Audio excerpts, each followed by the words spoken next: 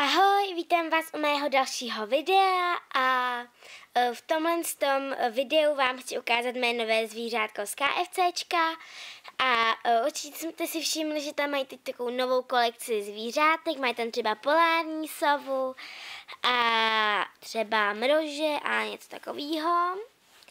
A já mám kosatku, takovouhle krásnou. Je teda s takovýma bílejma flíčkama jako normální kosatka. A kosatka je moje oblíbený zvíře od té doby, co jsme byli na Tenerife v Loro Parku. A viděla jsem tam kosatčí show.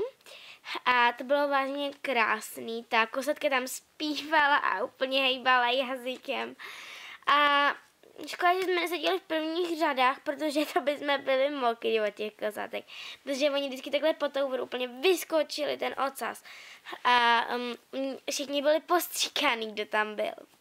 A od té doby jsou teda kosatky moje oblíbené zvířata a